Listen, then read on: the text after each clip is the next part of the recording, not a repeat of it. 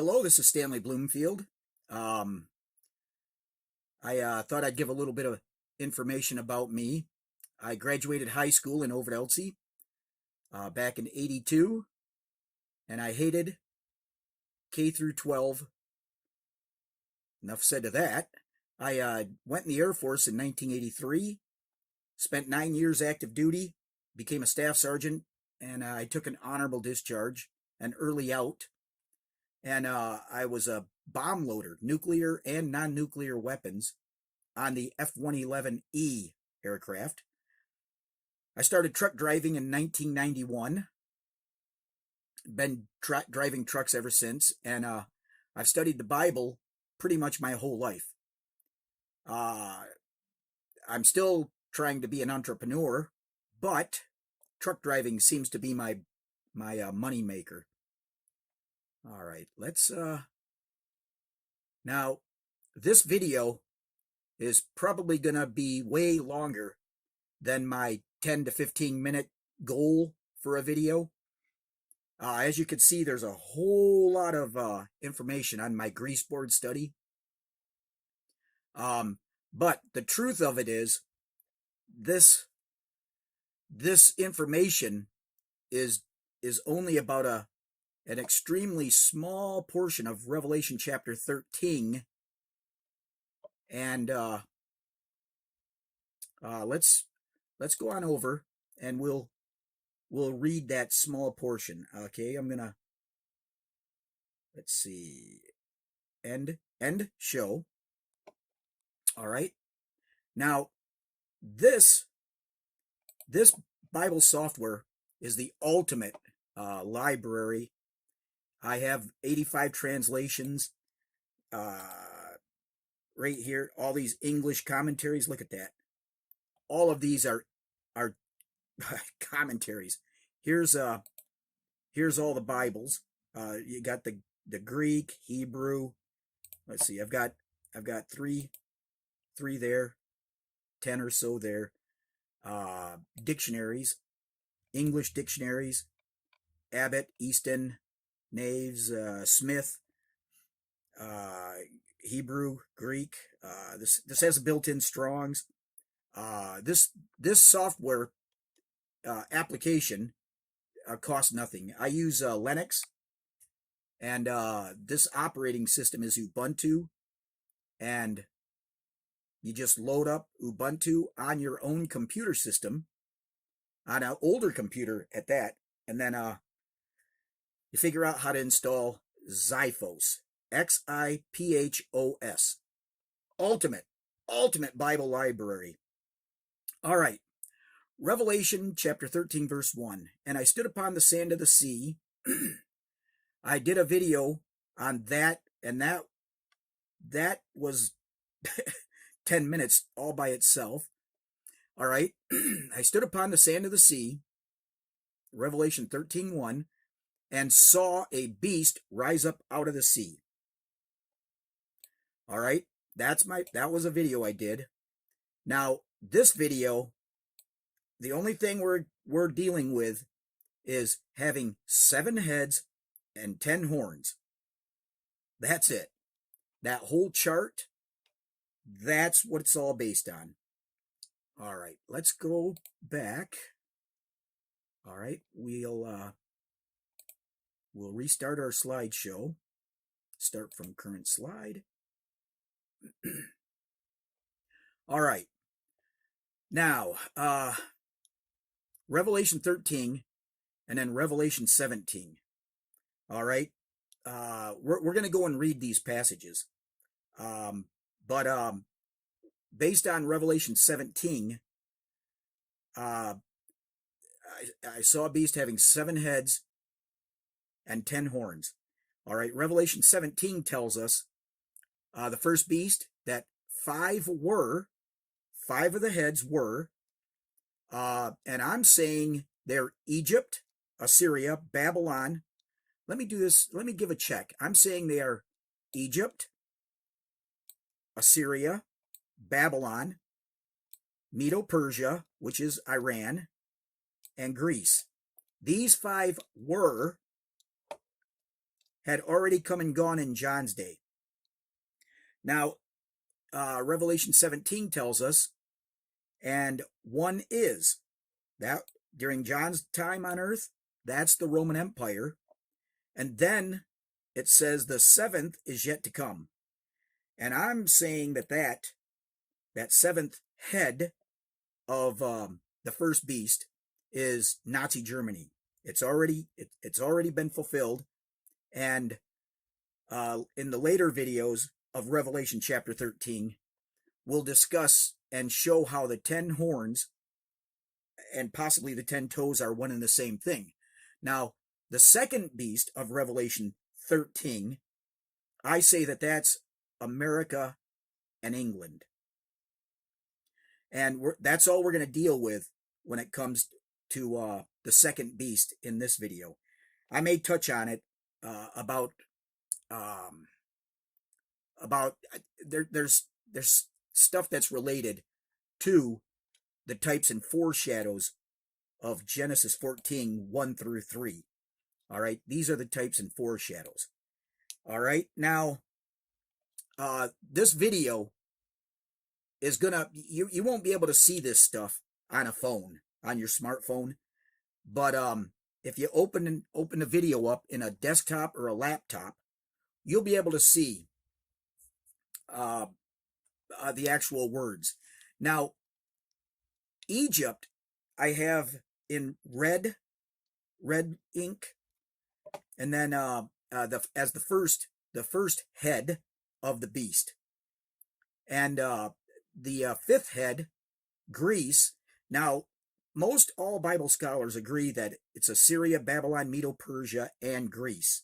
Where we get into trouble and murky territory is Daniel 7, when we find out about a eagle wings on the back of a lion, and then a bear, and then a third beast of Daniel 7 that doesn't have an animal image. And then the fourth, it's a leopard, I'm sorry. And then the fourth beast of Daniel 7, which I'm saying is Nazi Germany based on the 10 horns. I'm saying that one does not have an animal image. Now, when the Bible experts talk about Greece, some say over here in Daniel 2, which would be the fifth head of Revelation 13, they say that Alexander the Great, his speed was that of a leopard. Well, I've got Greece in red because for 3,500 years, the animal symbol of Greece has been a dolphin. Okay. What we're gonna go to now. Do you see how I'm identifying who the first beast and the second beast is. Now, the thing that I'm saying we really gotta grasp is the first 5 beasts, and then the sixth beast, the one that is, we don't have to worry about anything at all to do with them. The 10 horns that are on the first beast, I'm saying that those are on the 7th head of the first beast. So the first 6 heads, they've all came and gone. And for us, if I'm correct, and Nazi Germany is the 7th head with the 10 horns, that beast has came and gone for us as well. And these videos will take us step by step through proving that Nazi Germany was the 7th head of the first beast with the 10 horns. And here I've got question marks because of Daniel chapter 2 and Daniel chapter 7. Okay, Daniel 2, it talks about the toes on the 2 feet of the statue of the head of gold that ends with feet, and that are made of iron and clay, and 10 toes are on a pair of feet, 5 on each toe. So most of the Bible scholars, that I haven't seen any that have said any different, but most of all that I've seen, everyone is saying the 10 horns and the 10 toes are the same thing, which according to Revelation 17, they would be kings. Now, all right, Revelation 13:1, I stood upon the sand of the sea and saw a beast rise up out of the sea, having 5 heads, having 7 heads and 10 horns. All right, 7 heads and 10 horns. The beast. That's all this is about. Now, let's look into the types and foreshadows. Now, the second beast. This is where I'll bring this up. The type and foreshadow, which is Genesis 14:1 through 3. Daniel and the Apostle John, the prophet Daniel and the Apostle John, they got this revelation. The whole book of Revelation is based on the Torah. In Isaiah 46 or 48, it says, and Yod-Heh-Vav-Heh, the Lord declares the end in the beginning. This is the most amazing thing I've ever seen.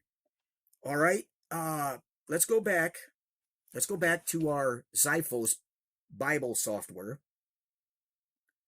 We'll end show. Okay.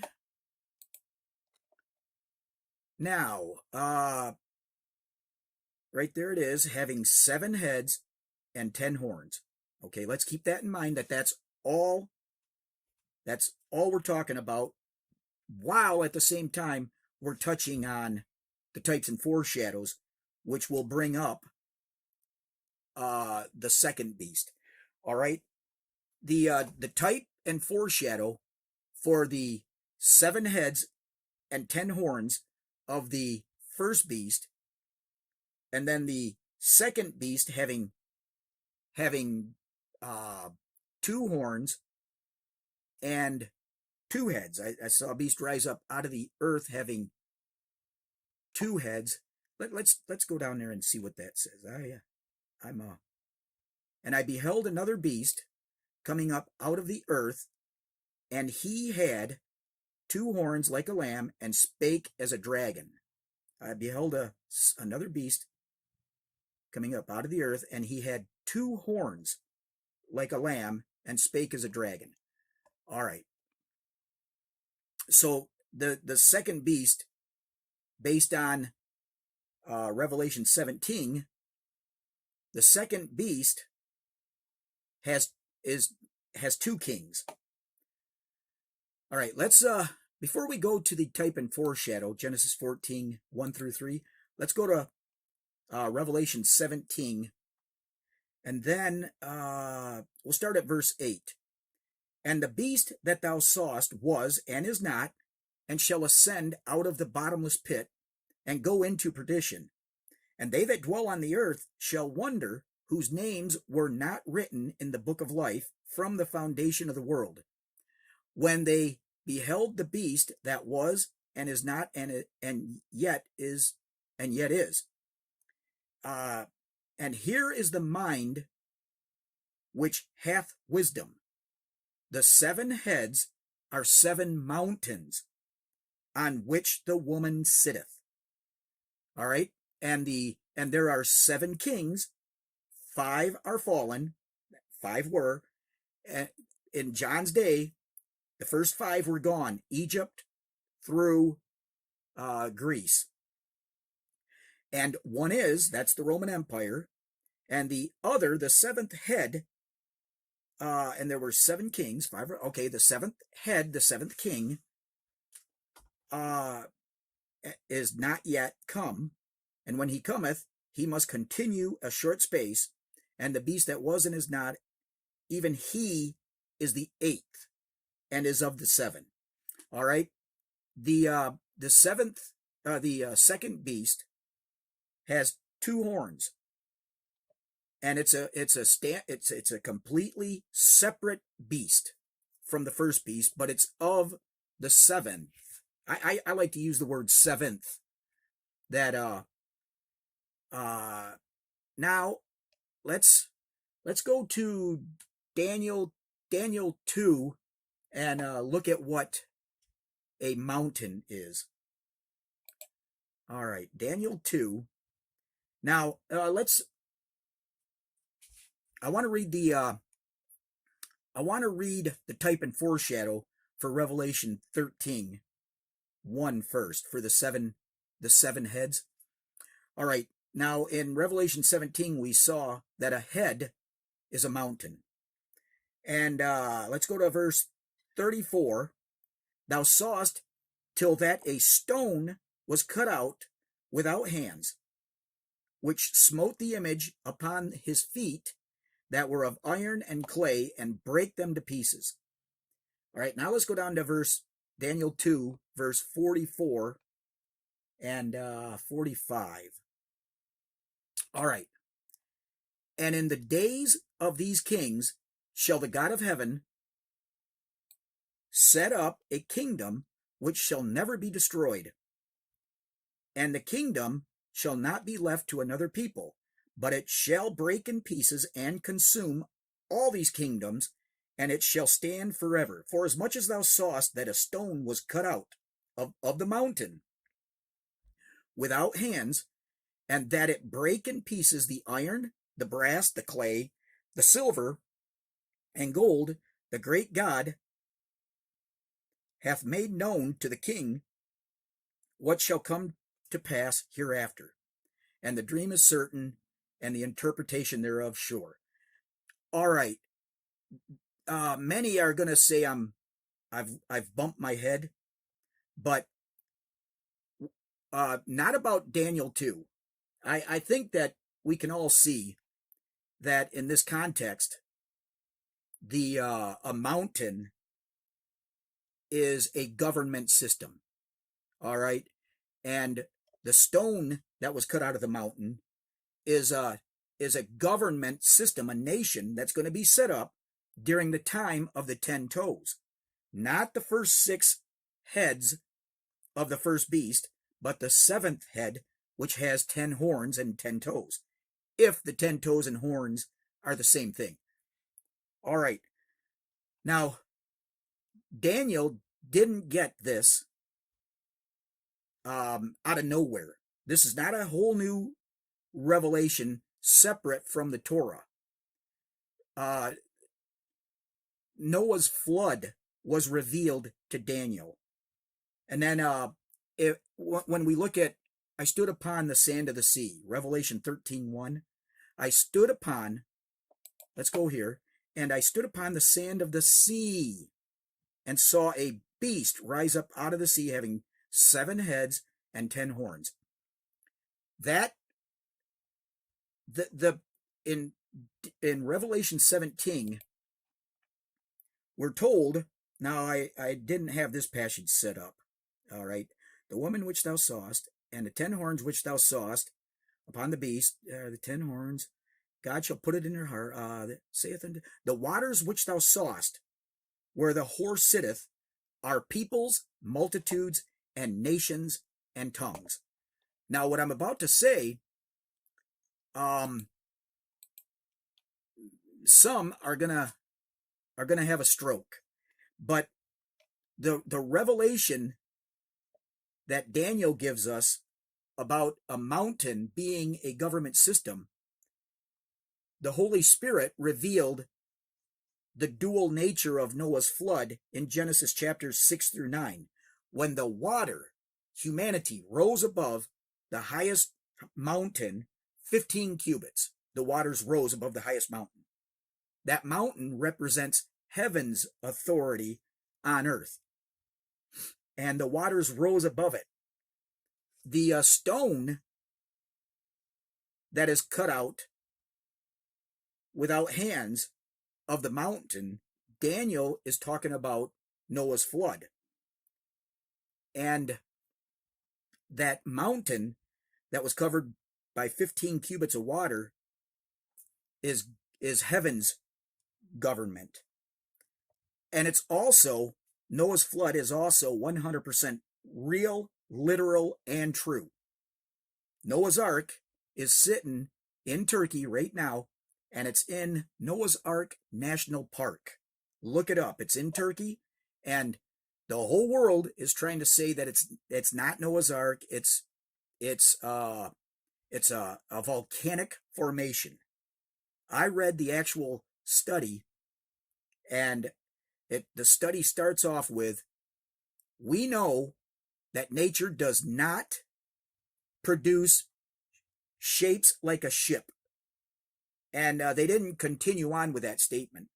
But the rest of the study went on to prove that the mineral makeup of this ship that's made up of volcanic rock, that it's not petrified wood, and it's just volcanic rocks. Well, that ship is the exact dimensions of Noah's Ark.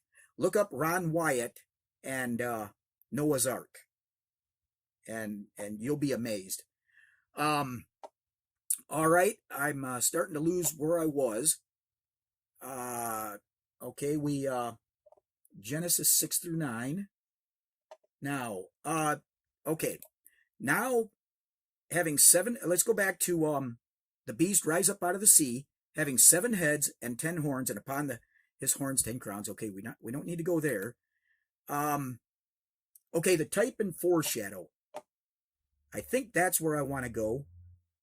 Now, yeah, we've laid a foundation for that. So let's go back here and start our slideshow at current slide. All right, the Genesis 14, 1 through 3. All right, that's where we want to go. Right there. Okay, let's go end show. All right. All right, Genesis. Well, I don't believe this. Oh, there it is. I was going to say, man, I had this thing set up ready to go. All right, Genesis 14, 1 through 3. This is the type and foreshadow that the prophet Daniel and the apostle John used. And this is amazing. All right. And it came to pass in the days of Amraphel, king of Shinar, Arioch, king of Elasar, that's 2, Chedorlaomer, king of Elam, 3, and Tidal, king of the nations, 4. Now, that word nations is Elohim, is Goyim. It's the Goy. That's non-Jewish, and whatever these guys are, these Babylonian and Persian people, they're not part of the Goyim. Chedorlaomer, king of Elam, he seems to be the king. He's the king that's in charge of all 9 of these kings. Verse 2, that these made war with Bera, king of Sodom, and with Birsha, king of Gomorrah, and Shinab, king of Admah, and Shemeber, king of Zeboim, and the king of Bela, which is Zoar. All these kings were joined together in the valley of Sidon, which is the Salt Sea. Now, when you look that word Salt Sea up, it's the Dead Sea. This is the most, that when I saw this passage and read Salt Sea, I about popped a gasket, because I was like, what? Let's go back over to Revelation 13:1. I stood upon the sand of the sea. Let's open this up. Here's how you open up your Strong's Concordance in Xiphos. All right, I stood upon the sand of the sea. All right, Uh, it's probably, it comes from whatever that word is, thalassa, probably prolonged from 251, the sea. Genitive case of specifically sea. And it comes from, we're going to look up 251.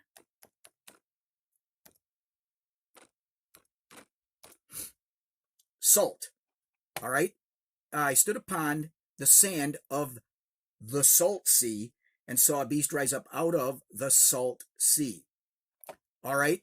I'm saying that is that the type and foreshadow for what John said is right here.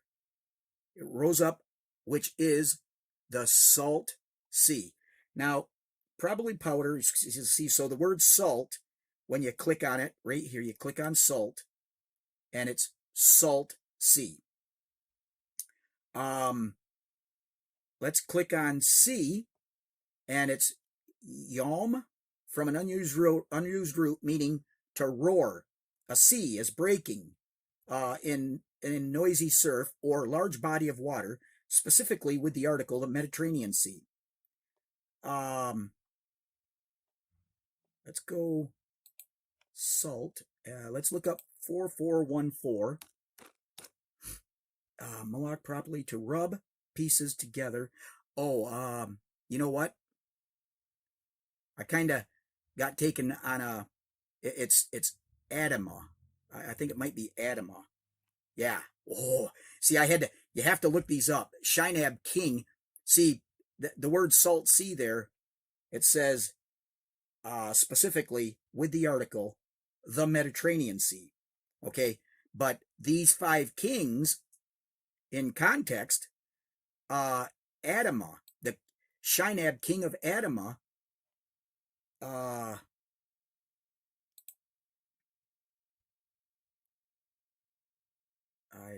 right, I just had it. Oh, there it is.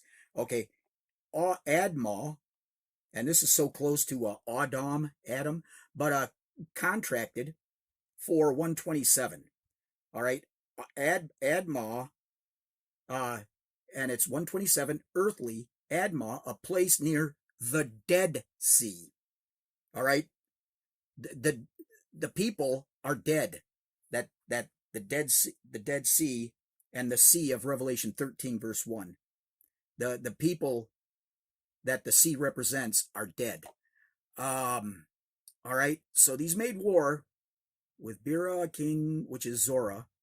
Okay, now 7 of these kings are literally the first beast. And I don't have all this stuff. I don't see it all, but I'm fairly confident that the 2 horns of the second beast of Revelation 13 are Sodom and Gomorrah. All right.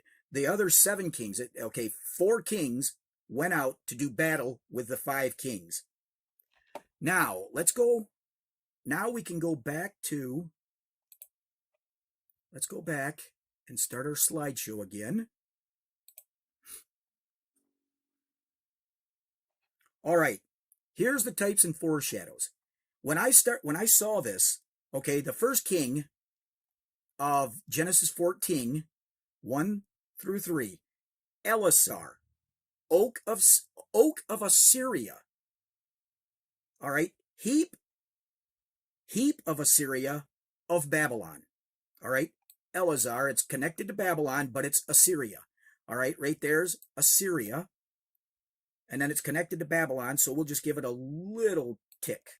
Elisar means oak of Assyria, heap of Assyria, of Babylon. Okay, so like I said, we've got us a connection to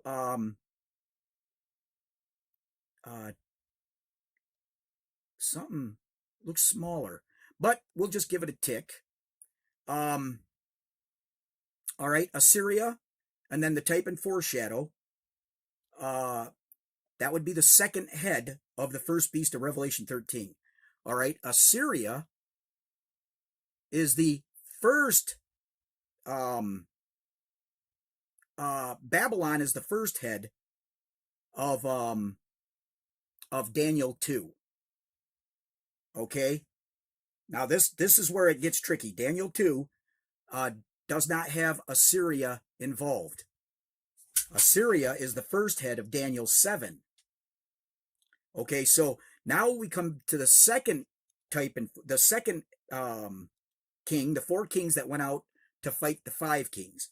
All right, the second king is Babylon, a plain in Babylon, Shinar. All right, the head of gold in the statue in Daniel 2 is Babylon. All right, and in Daniel 7, the Babylon is not a part of these 4 beasts, or the 4 kingdoms. All right, so now we come back over here. Okay, we got Babylon is the 3rd kingdom of Revelation 13. Now, we'll give that a tick. Elam's king, an early Persian king. All right, the 4th beast of Revelation 13, and the 4th kingdom, or the 3rd kingdom of the type and foreshadow of Genesis 14. The fourth kingdom is Persia, Medo-Persia, and then the 3rd king that went out to fight these 5 is Elam king, an early Persian king. So we're lining up with the kings and the nations of Daniel 2 and 7 in an amazing way, and with the kingdoms of Revelation 13. Now, the Bible prophecies tell us that the Gentiles are going to tread on the Temple Mount, the court, until the Messiah returns. And now, the 4th king, that was the king of the nations, the Goyim, the Goyi, was that representative of Greece and the Roman Empire. Okay, I'm not saying that all of this is exactly the way it is, but we do have the first 3 kings. We have Assyria, Babylon, and Medo-Persia connected with the king of the nations. So right there is the Gentiles trotting Jerusalem underfoot till Messiah returns. Now, okay, the Assyria is the first type and foreshadow, and it's not listed as the first kingdom of Daniel 2, but it is listed as Daniel 7. And when I looked up Assyria, its animal symbol is a lion with eagle wings or a bull with eagle wings.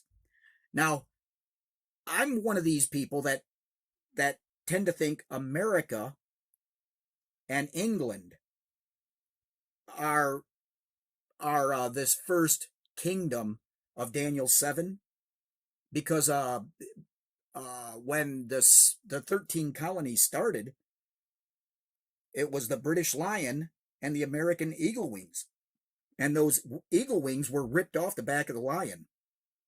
Now, what I haven't seen is somebody explain how the eagle wings were ripped off the back of the Assyrian lion. But when we start looking at this, and the second kingdom of Daniel 7 is Persia, Medo-Persia.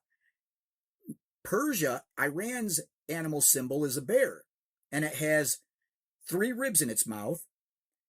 Now, the Bible experts tell us that the 3 ribs in the Persian bear mouth was Lydia, Egypt, and Babylon. Now, I look at this as the Russian bear also. And the 3 ribs the Russians did was Romania, Hungary, and Bulgaria. All right. I don't know if there's a dual fulfillment, But when I saw these animal images line up, and it brought Daniel 2 and 7 in line with Revelation 13 with Assyria and Medo-Persia, that was when I started saying we've all missed something, because a lot of the Bible experts, they say that the four kingdoms in Daniel 2, the head of gold down to the toes that are made with clay and iron, and then the four beasts of Daniel 7, that they're all the same. Well, when we get to the third kingdom of Daniel chapter 2, it's Greece. And like I said before, Greece, its animal symbol is not a leopard, it's a dolphin. So Daniel 2 and this dolphin, I don't know if we chalk this up to 3,500 years of stuff is lost in translation. Meanings are lost, all that kind of stuff. I don't know how to deal with Daniel not listing Egypt as one of the kingdoms, and I don't know how to deal with why John did say 5 were, and Egypt and the Exodus has to be the first kingdom, but I don't know how to prove it. Now, when we get to Greece, okay, that possibly fits in with the Goyim right there. And then all right, and then the fourth is the toes, the 10 horns and the 10 toes of the feet of the Daniel 2 statue. And again, I'm saying that is not, oh, I didn't want to do that. I didn't like that. We're going to leave that there. I can't fix that. All right, I'm saying Nazi Germany is the fourth kingdom of Daniel 2. And the problem I have now is the third kingdom of Daniel 7. This is where stuff doesn't line up, because we've got Egypt, Assyria, and then Babylon, Persia, and then Greece, and the Roman Empire. See, we have the first 6 are lining up properly. Now, the third kingdom of Daniel 7, I don't know. Possibly that is the Roman Empire, which I have it listed here as World War I Germany.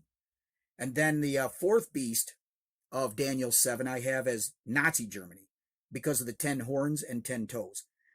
Now, in the Hebrew, the 4 wings that this beast, this leopard has, okay, the reason that I look at this as Nazi Germany, or not Nazi Germany, but World War I Germany, is after World War II. I need to change that to World War II Germany.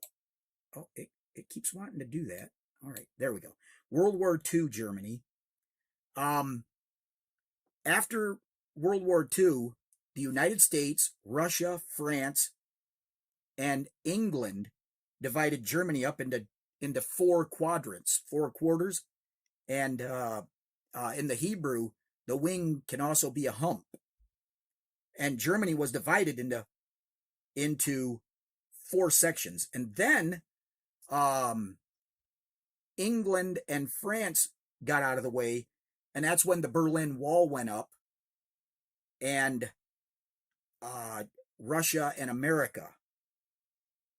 Russia took East Berlin, and America had, the West, and let's see.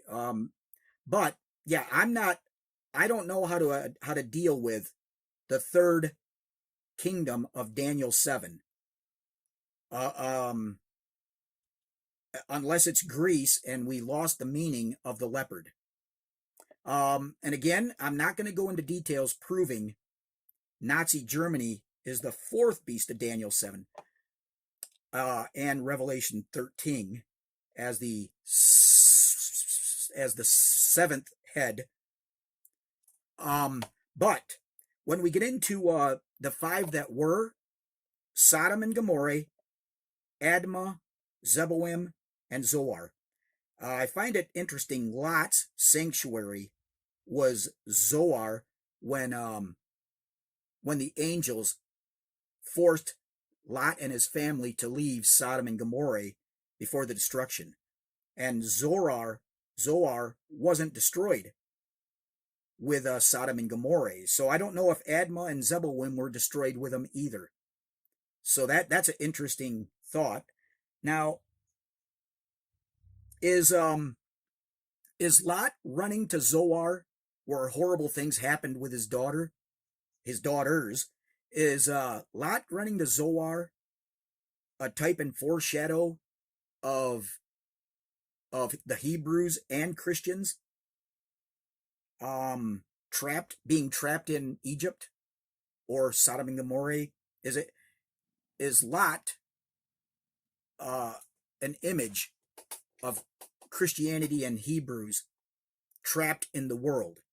I don't know. But these were by the Dead Salt Sea. Sodom and Gomorrah, Admah, Zeboim, and Zoar. The Dead Salt Sea, let's see, Lot. All right, let's now the 10 horns. Let's talk about the 10 horns and the 10 toes. I'm saying everything is a type and foreshadow that the Apostle John and Daniel gave us. The Apostle John and Prophet Daniel. Everything's a type and foreshadow. Where's the type and foreshadow for the 10 horns? Now, if we think back, when Moses came down from the mountain, he had horns or rays. Something was shooting out of his head, and they had to cover his head with a pillowcase, basically.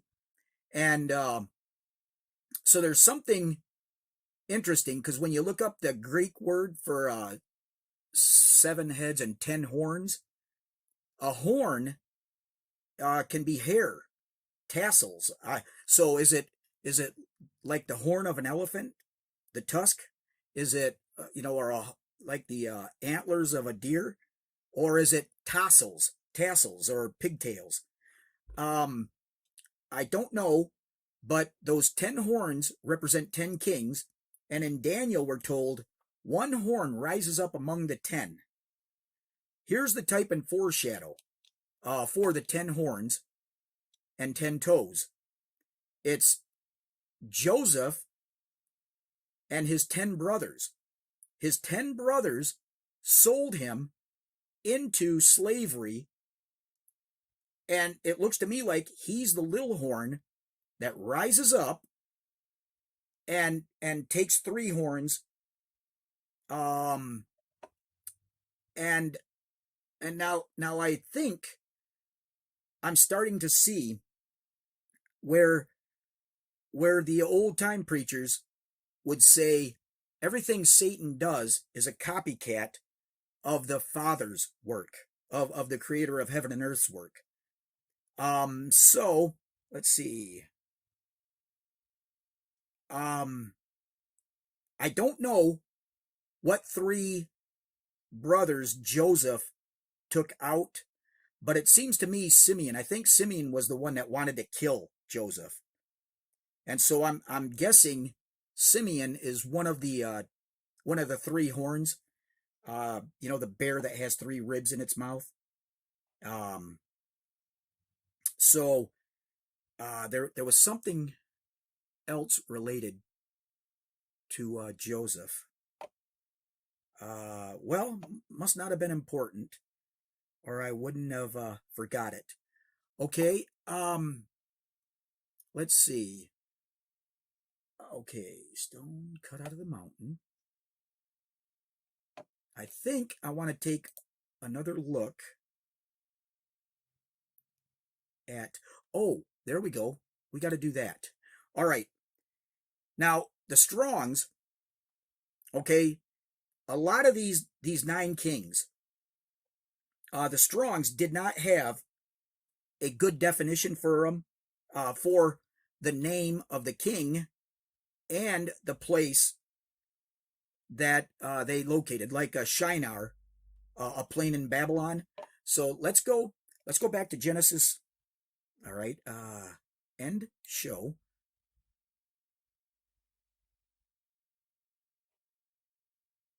All right. Now see, this is the problem with these older computers. I gotta wait for it to do its thing. All right. Now, let's go back to the Bible software. All right. Now, see, when you click on, let's say, Arioch, all right, the name of 2 Babylonians, that doesn't tell us what Arioch means. Arioch, king of Elasar. Okay, Elasar, probably of foreign derivation. Elasar, an early country of Asia. Let's open up our browser. And Elasar, meaning in Hebrew. All right. All right. Just do a Google search on the name of the king. And then, like, I've got it here, Elazar, meaning in Hebrew. And then I didn't use whatever this one is, Secnows. Here's the one I used, Bible Study Tools. And then Elasar, meaning, Bible definitions and references.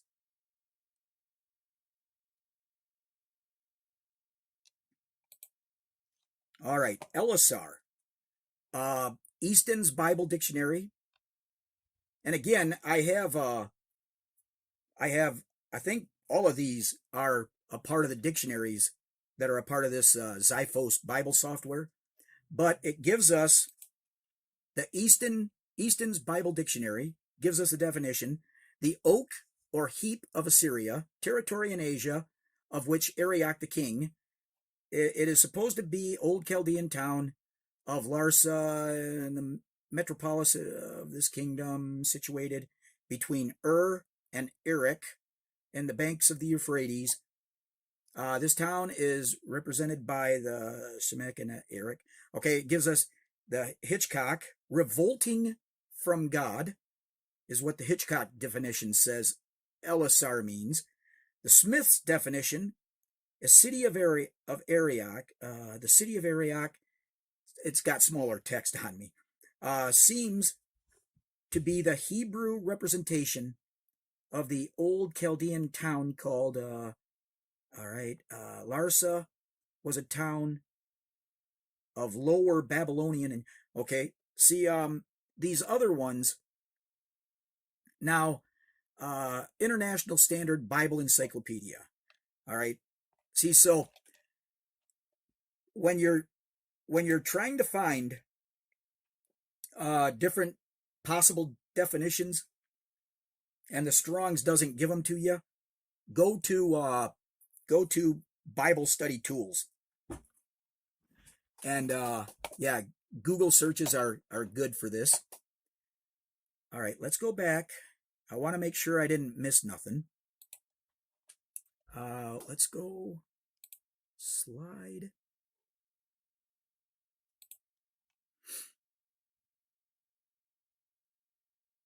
All right.